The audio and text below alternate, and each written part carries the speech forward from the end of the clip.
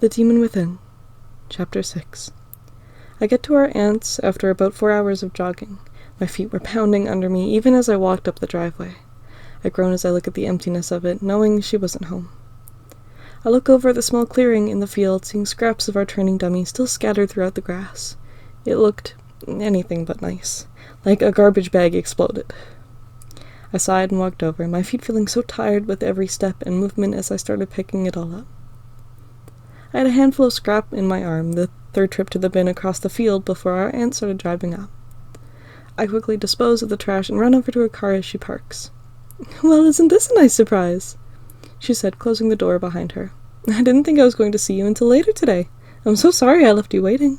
"Hey, it's okay, Auntie. You had work to do.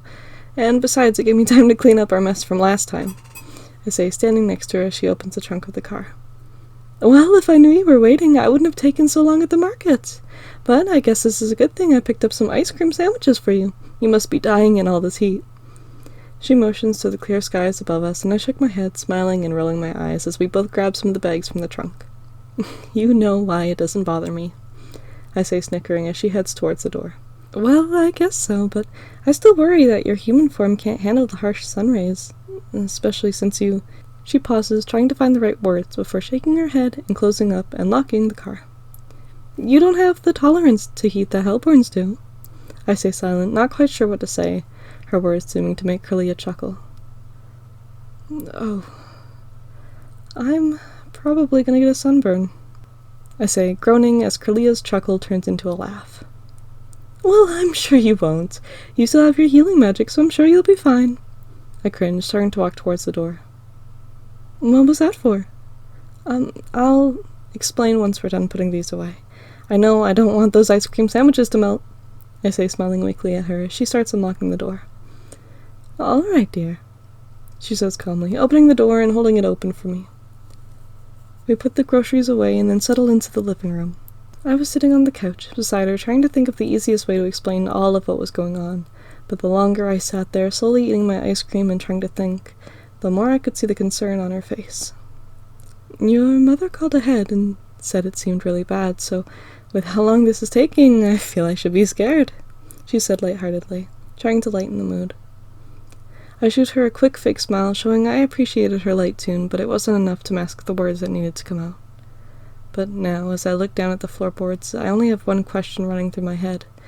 Do I tell her everything and pray she understands, or do I beat around the bush for the 100th time? I bite my tongue. The words were right there, yet caught in my lungs. There, I groan, chuckling slightly at my confusion. This is going to sound so crazy. I sigh, running my hand through my hair. "Take your time." "No, I know what I need to say and how to say it. I just don't want to freak you out." I look up at her, a little unsure of how to gauge her reaction as she looks at me, worry plastered on her face as she puts her hand on my shoulder. I look back at the floor, taking notice of my feet pointing inwards, my whole body tight and closed off. "Okay, I'm gonna say all of it the best I can. You gotta promise not to freak out." She nods softly, letting me talk. "There's this demon. Her name is Curlia, and she—" I paused just to have Curlia yell at me. Offended, I even had to think of the rest. "A pure-blood, second-generation Hellborn." Pure-blood, second-generation Hellborn," I say, repeating after her. "Who is possessing me, controlling my magic, and making it very difficult to be around the others because she wants me and them dead." I felt my leg bouncing as thoughts raced through, everything laced with soft anger. I don't even understand why. I mean, she's told me time and time again about upsetting the balances, giving demons false expectations, following orders, the whole 9 yards, but I don't get it. I wave my hands around, exaggerating my words as she sits calmly beside me. I don't know how she or the rest of hell thinks me, Star, Winter, could do anything to upset the balances. We're 3 demons, 2 of which are half-bloods, and I don't think we're capable of changing the minds of this city, let alone enough of this world to cause any imbalance," I say, glaring through the floor, anger growing in my words before she chuckles softly. "Well, apparently it's you who can't see just how capable you are of changing their minds, Emma." My aunt smiles at me softly. "Your father got through to so many people that demons could be good, and now you and the others can as well." I look at her, appreciative of her words at first before I notice she hadn't questioned anything else. My expression very quickly changes to one of suspicious confusion as I look at her. Auntie. I paused, looking down and away from her for just a minute. I didn't want to accuse her of something I didn't understand, but something seemed so wrong with her response, and as I looked into her eyes only to see concerned confusion under the smile she had on, I only felt more unsafe coming here. Do you know something? No, she said softly, certain but remorseful. Not in your case, but I know a lot. Just not enough. Her smile fades as she stands and turns towards her office. Come. I felt my body shake as I followed her. I don't mean to scare you, dear. I hope this can help. She grabs a few books off the shelf. They were hefty spell books with a few notes with spells of her own. Magic like this is dark, so I wanted to think more before responding. But I really didn't mean to worry you. She places the notebooks on her desk. Well, you did a terrible job, I mutter, shaking off the fear as I look at the books. It appears you're right. She looked at me with kind eyes. I can't lead you in any path, but I can give you the knowledge you might need to choose your own. You know how to read all of these, right? I look at the last book in the series, groaning and looking at her with guilty eyes as I smiled. For the most part, yeah. She gave me a stern expression as she blocked the path to the books. Auntie, I say before she could even lecture me, I know enough. I know what to do, what not to do, and how not to do stupid stuff. I just need to figure out what spells can get rid of her before she makes me do even more pain to the ones I love. I grip my teeth, getting carried away with my thoughts as I stare at the book behind her. I need to do something. So can I please have that book? I look at her, unaware of my deathly tone as I glare at her. Are they okay? I flinch, my thoughts being ripped apart in front of me as my aunt comes closer. Whoever you hurt, are they okay? I cringe in pain as the memories fill my mind. Gritting my teeth till there's pain in my gums, the thoughts of winter and pain in front of me, the scratches on Star's arm. I sighed, breathing out slowly before I got lost in it. Yeah, they were able to heal. Imagine if it wasn't a demon. Maybe Ira, she seemed so easy to hurt. And that's why... I flinch, realizing my thoughts were out loud before I cursed out Curlia. I sigh as I get a confused look from my aunt. But that's why I need the books. I need to stop her before she hurts someone that can't heal. That we can't heal. I tried to run off what I started to say to Curlia, wishing it was easier to separate who I was talking to. I understand. But please, if you need help translating any of it, let me know. I would be happy to help make sure you're okay. I groan and give her a polite smile. You sound as worried as Star, I say with a chuckle. I understand there are a lot of spells that could cause harm to me. I mean, if this isn't proof already. I motioned to myself with something a little less than a chuckle, even if she couldn't see me motioning to the lack of my demon form. But I promised Star I wouldn't die again, so I plan on doing as much research as it takes to figure out how to get rid of her. Curlia, that is. Again? Her voice seems so low as she talks. I just looked up at her with fear in my eyes. Fear for her. Emma, what happened? As I looked at her stern, scared expression, I just sighed and looked back down at the floor. Ava killed me. She was the one we were running from. The reason why we came here a few weeks ago. She ambushed us. I choke on my words, fear filling my throat, my breath almost feeling too tight for my airways. I shake my head and power through it. She killed me and kidnapped Star. I trail off, not knowing where to go from there. Emma. I looked up at her. She seemed so scared, but she could see I wasn't telling at all. She didn't even need to ask the question to know I pinned myself into telling her the truth. How did Star escape? How are you alive? She was turned into a demon about a week prior. Thankfully, I taught her enough that she could escape, and I thank whatever god there is that she survived. But as for how I'm alive, she and Winter were able to revive me. Well, that part was easy to understand. Oh, please don't tell anyone. She looks at me confused as I speak softly.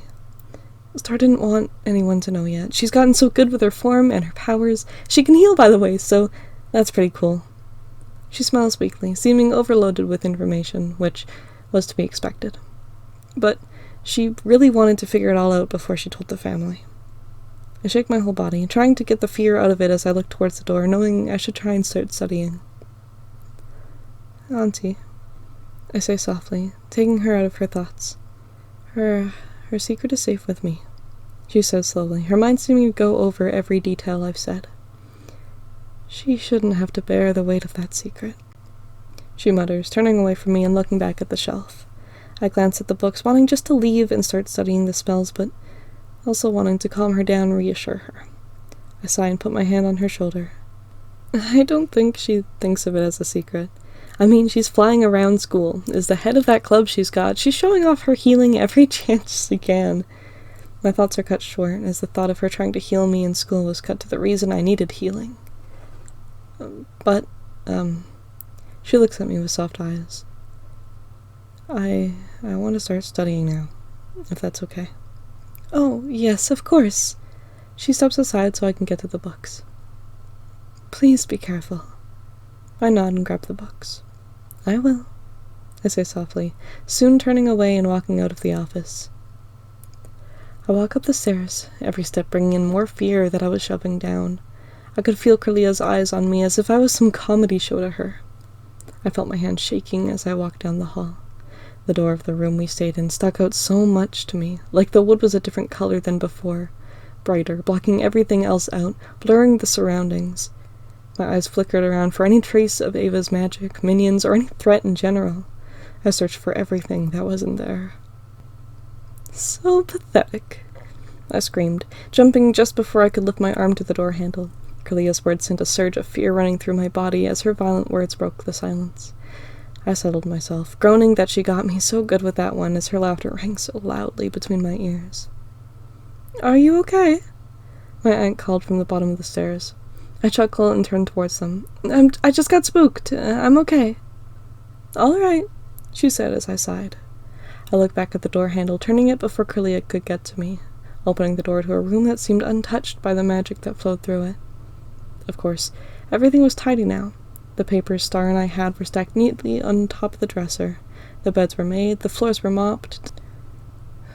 Despite all of her efforts, it's like I could still see it all.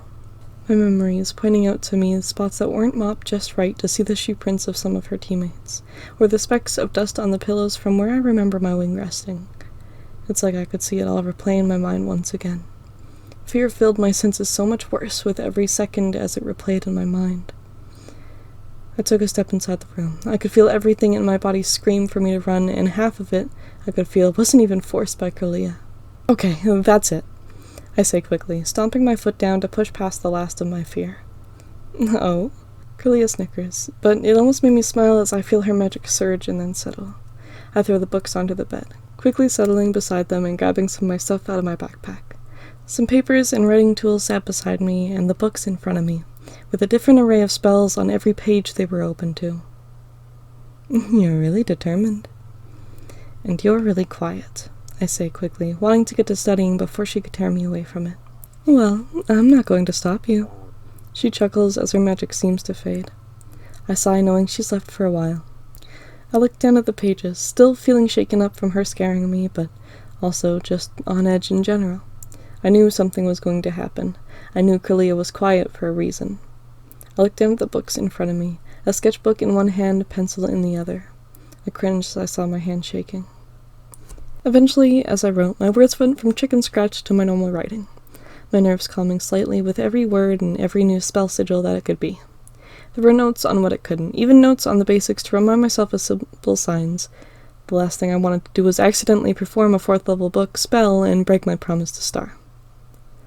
Hours later, there was a soft knock on my bedroom door from my aunt, calling me for dinner, breaking my thoughts, my pages of writing coming to a short break as I sulked downstairs for food.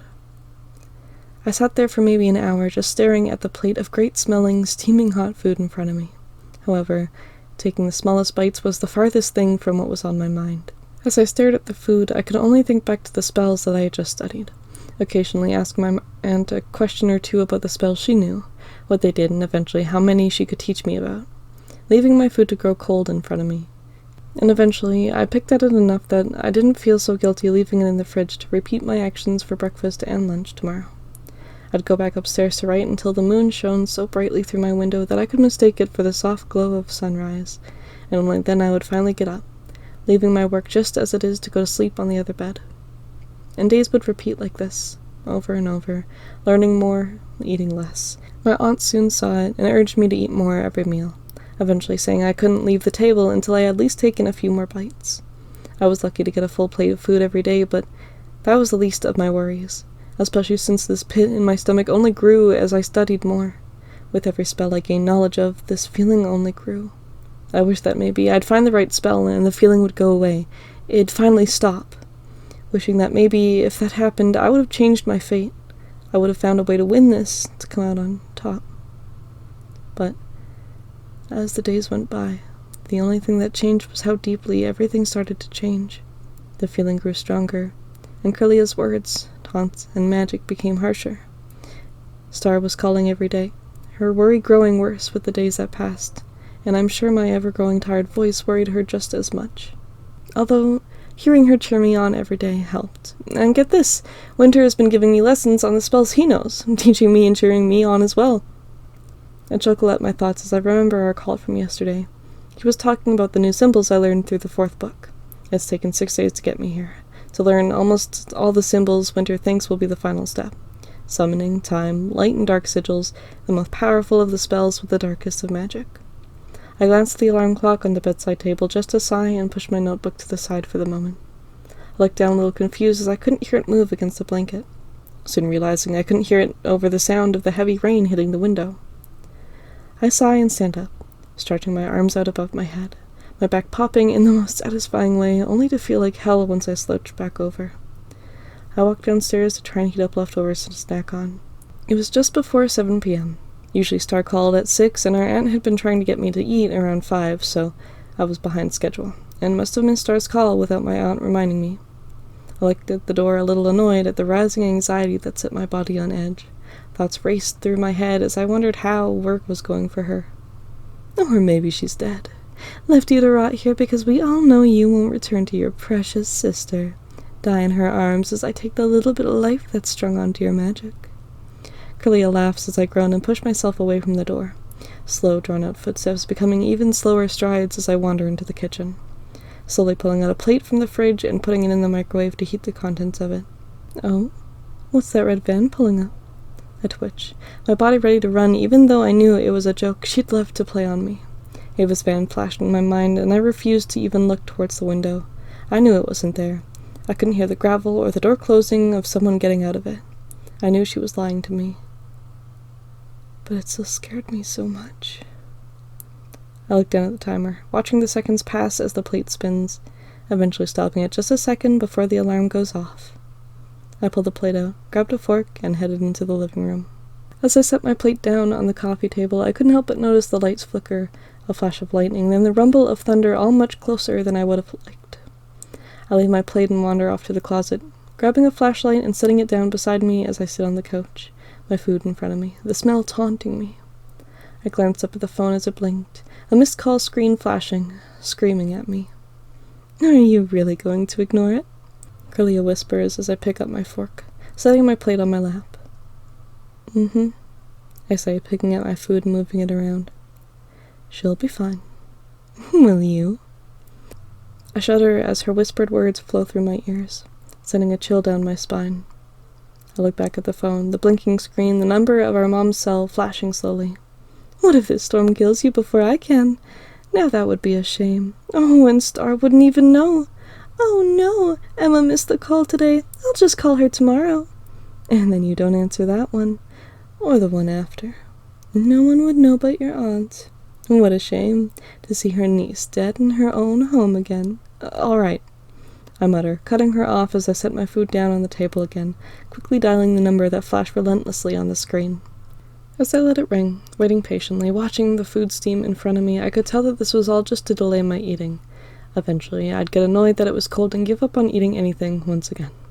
I'd scrape some off into the trash, cover it up with a paper towel, and just lie to our aunt, telling her I had a little and she'd see the plate and not know a thing. Hey! I flinched as Star's voice rang through my ears, pulling me so sharply out of my thoughts that I had to take a second just to focus. "That storm cut your power earlier?" I looked at the window, knowing that it was probably about to happen. "No," I said quietly, glancing at the flashlight. "Why'd you miss the call today?" Her voice sounded so soft now, where he traced her words so carefully as they bounced between the lines of concern and fear. I just didn't hear it. Since Auntie has the night shift tonight, she didn't come and get me. I get a little bit more comfortable, sitting at the edge of the couch just to watch the lightning light up the woods outside. The thunder rumbled the house before it faded off. "Hey, what page are you at?" Winter's voice was much louder than Star's as he spoke. It sounded like he was some distance away from the phone. I answered his question with a quick and low reply. That seems familiar. Hold on, I'll be right back." I sighed as Star giggled softly. The sound of heavy footsteps on the stairs just barely reached the mic. "Emma?" Star's voice was calm. It almost made me want to sleep, more than I already did. I rested my head on my knees, the phone just a few inches away from my head as I watched the lightning flash, the collapse of thunder only a few seconds away now. "The storm's getting closer," I mutter. "Eat, please." I look at the plate, dread filling my body. "I know you haven't if she hasn't been home. Can you take just a few bites for me?" I shift, sitting up with a groan as I pick up my food. I didn't have anything to talk about, but it was nice to hear her, to have someone fill my head with positivity as Curlia brought it all down. "How was school?" I say, wanting her to fill the silence. I took a small bite as she talked. Maybe if she distracted me enough, I wouldn't remember I was eating. "Oh, it's not too bad. Clinton started worrying about you. Or, maybe it's because I'm worried so much, which worried Carl, and Clinton doesn't like that. Actually, the relationship's getting really cute. You should see him blush. It's just like Winter. His face gets so bright. Even the tips of his ears get red. It, makes his eyes stand out really nicely." She cleared her throat, and I chuckled as I knew she got lost in thought about Winter. It was obvious she didn't feel that way about Clinton. "Yeah, I bet those bright silver eyes stand out a lot against red," I say, teasing her, making her think about them more just to get her all flustered. "Oh, hush," she mutters, a soft smile filling her words before she calmly sighs, the air flowing into the mic a bit harsher than I would have liked. "But everyone's worried about you. Are you doing okay?" "As good as the past few days." "So that's a no." I snicker, choking slightly on another bite of food. "Emma, don't lie to me." "Sorry, sis," I say softly, clearing my throat and taking another bite. "I just don't want you to worry." "I know, but you can't." I nod. Even knowing she couldn't see it, she would know. She starts to talk again, just to be cut off by a large boom of thunder that makes both of us chuckle once it fades. "The homework is piling up for you, you know." "I'm not worried." "What's homework to you, if you know you're about to die, am I right?" Curlia laughed as I shook my head. "I just hope it won't overwhelm you once you get back." Star spoke with such care in her words, always worrying about me, always being a good sister. I look out the window to see another flash of lightning, another boom of thunder shaking the house. "Emma!" I flinch as Winter's voice booms through the mic. "Winter, you shouldn't be running down the stairs like that." "Emma, you said page 7, right?"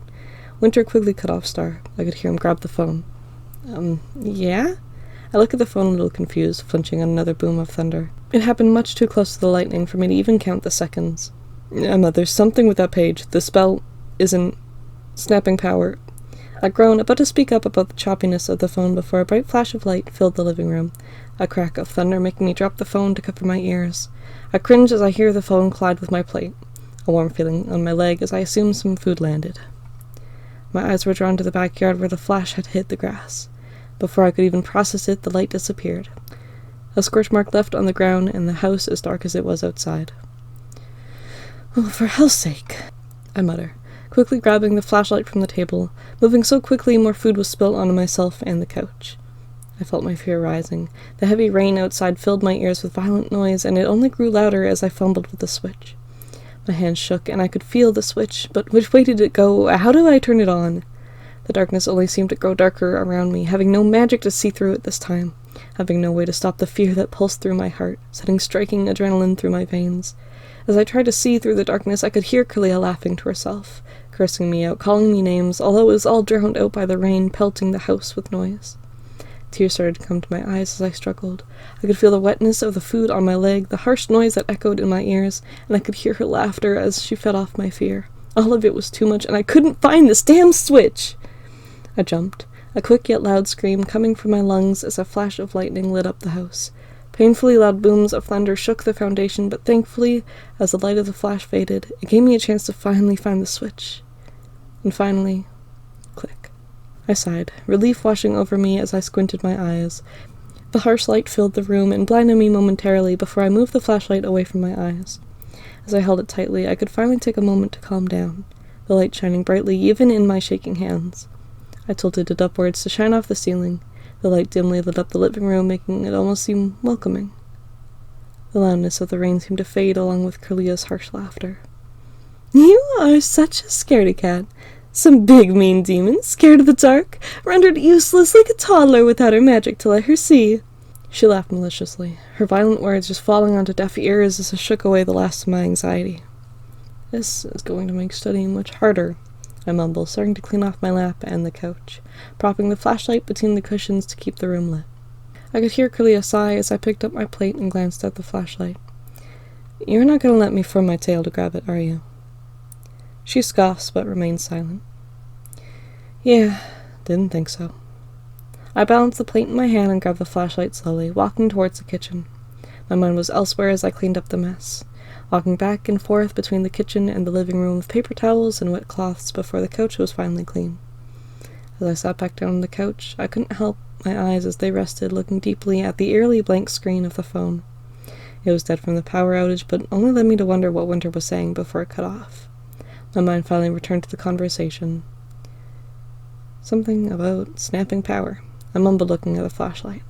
How helpful. I groan as I stand up, softly grabbing the flashlight as I make my way back to my books. "Well, I guess there's something I have to take extra care with on this page." He sounded serious, at least. I still felt an aching pain as I raised my hand to the doorknob. It was getting easier to push past it, enter the room where I had died once before, and will probably die again. I rubbed the scar on my collarbone, trying to soothe the nerves, since this time I might not make it back. As I looked at the doorknob, my hand shaking above it, I couldn't help but tear up, everything weighing down, being revived just to succumb to this, a hellborn dead set on my demise. My tears blurred my vision as I pushed the door open. I was revived just to die a month later. I sniffled, trying to force down a knot in my throat, but at least Star was safe. She was so strong, and she made a club to rehabilitate every divine being that was forced down, pushed into hiding by humanity. I smiled, a little proud of her accomplishments. As I crawled onto bed, the clouds far past the horizon seemed to make way for the moon. The rain and thunder still filled the forest around me, but at least the moon still shone so brightly. I think back to the colors that Star described it being right before I was revived. I looked down at the books, clearing my throat and rubbing my tears away as I propped the flashlight up. It lit the room up just enough so that I could see the books if I squinted my eyes. I chuckled to myself as I slouched to read. Isn't this so ironic? The page that might have something terrible on it, I can barely read. I laughed a little, awaiting some snarky remark from Curlia. I could feel her magic there, pulsing through my veins with more energy than usual, but there was no remark, no scoff, no fluctuation in her magic to put me in my place. Nothing but the disturbing presence of her unsettling magic. Maybe she was just having an off day. She's been quiet other than when the power first went out. Well, she's been quiet since I got here. I sighed again, annoyed without any company, no noise but the rain on the roof and the distant thunder. I got back to writing, taking note of the small sigils I had to be working with. The list of 16 spells and only 3 stood out to me. Mind and body magic, since that seems to cover the control over me. Blood magic or dark magic, both would cover how cursed this is, and then there's maybe summoning magic?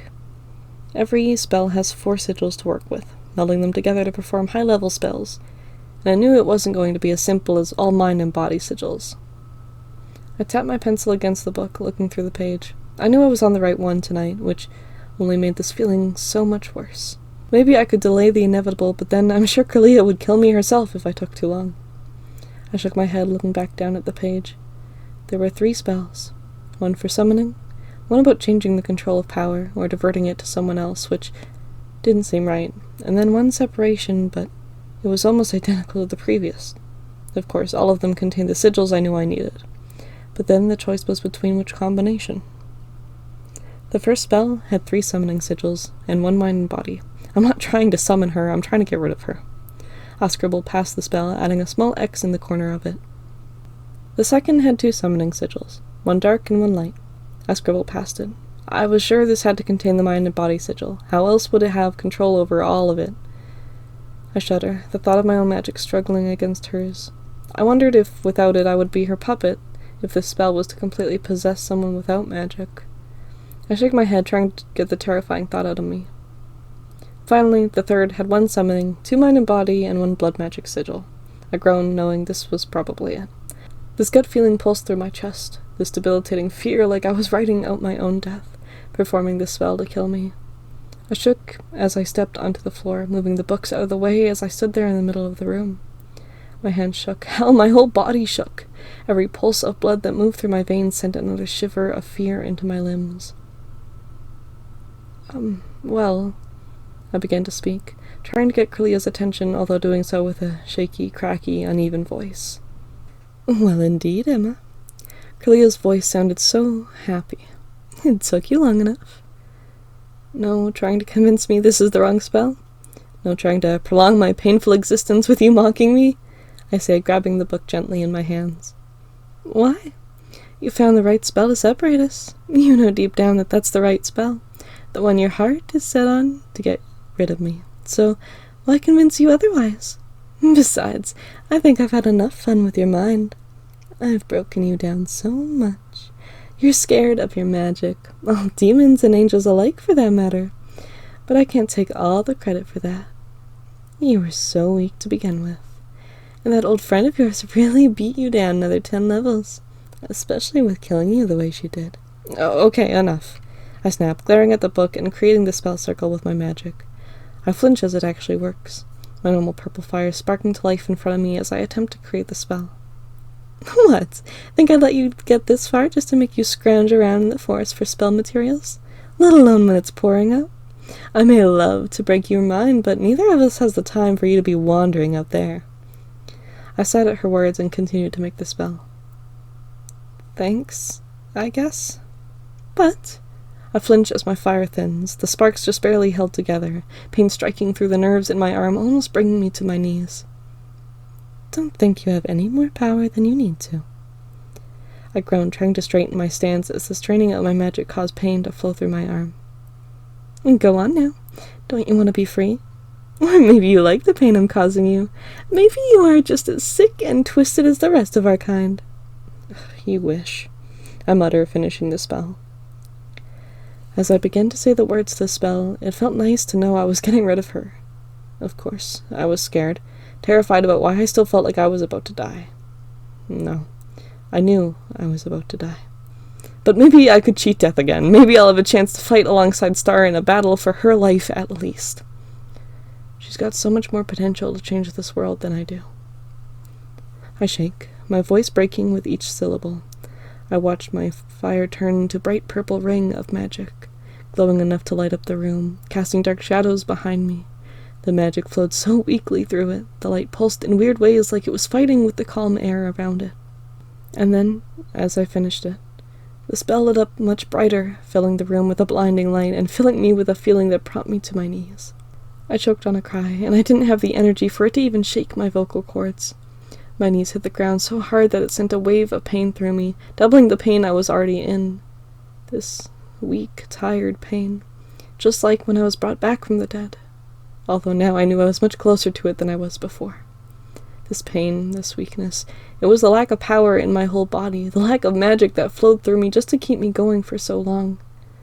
Even if it was controlled by Corlia, that magic still flowed through my blood, letting me power on through everything, all the pain and suffering, lack of food, everything that finally reached the core of my being without my magic to block it.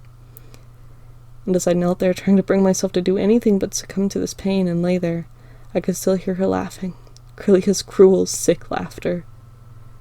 And it rang so loud in my ears, as it echoed off these very walls. I swing my head up, quickly taking in the bright red boots in front of me, before my eyes move upwards to just stare into hers. I push myself off the floor just to land on my butt, my eyes not leaving hers as I sit there, my back against the door. I took in her glowing eyes, her wicked smile, the energy that seemed to have flowing through her. My energy. My eyes widen as I look at her, connecting the dots. The energy that was split off where she kept it. She had it all. I did not even have the moment to react to her demon form before the sharp point of her tail was under my chin, causing me to lift my head up so it wouldn't hurt as much. But as my neck strained, she still pierced my skin, her tail digging into the bottom of my jaw. "Grillia," I choke out, my throat tight, my body shaking in pain and fear as her smile grew, her eyes lighting up as the whites of them quickly turned black. I didn't even know what to say or how to say it, and any word that was in my throat was lost as she chuckled. "Emma," she said. "So nice to see you broken in person," she said, taking a few steps towards me, her statue towering over me, her tail digging deeper to keep me from looking away from her eyes. I felt my shaking slow as I came to a realization that this was it. This was the source of that gut feeling. I chuckled, tears coming to my eyes as I looked into hers. Her smile only grew as I weakly closed my eyes. "So weak, giving up before the fight." I opened my eyes, confused as her tail moved away from me, and blood dripped down my neck. I knew anything I would say wouldn't matter. This was it. But as I opened my mouth, I could only shut it, worried for my tongue as I saw her stance quickly shift, her leg going back and then swinging around to hit my face. Her red boot flashed in my sight before I was on the ground, kneeled over in pain, clutching my face, my teeth feeling sharp and shattered in my mouth as I lay on the ground. I almost felt paralyzed as I lay there, staring into death herself as she loomed over me. "Emma." I flinch as my name leaves her mouth, so monotone with such an underlying power to it. I couldn't do anything but stare up at her as her violent red fireball sparked to life in her hand. The blood that ran down my neck felt like the cold sweat that dripped down my head, mixing with the blood that seeped out of my mouth. "There is one thing Ava did wrong." As the fireball sparked violently, lighting up her features, I couldn't see anything but evil pride as it sparked near her face. "She gave you a chance to revive yourself, but I'll give her credit. She made it painful." Just. My eyes widened as her fire grew. I could see no trace of the magic needed to send someone to hell. None of what I used against them. It was just pure, demonic fire. Like. And it got bigger. It lit up everything and sparked against the roof. This. And then that fireball sparked in her hands was now sparking at my flesh. And I couldn't even scream. No sound came out of my lungs, moved through strained breaths. I breathed in to scream just to have the flames burn my throat. "I'll tell your friends you said goodbye." I looked up, through the flames that burned away at me, to see her open her wings, open the window, and then leave me here to die.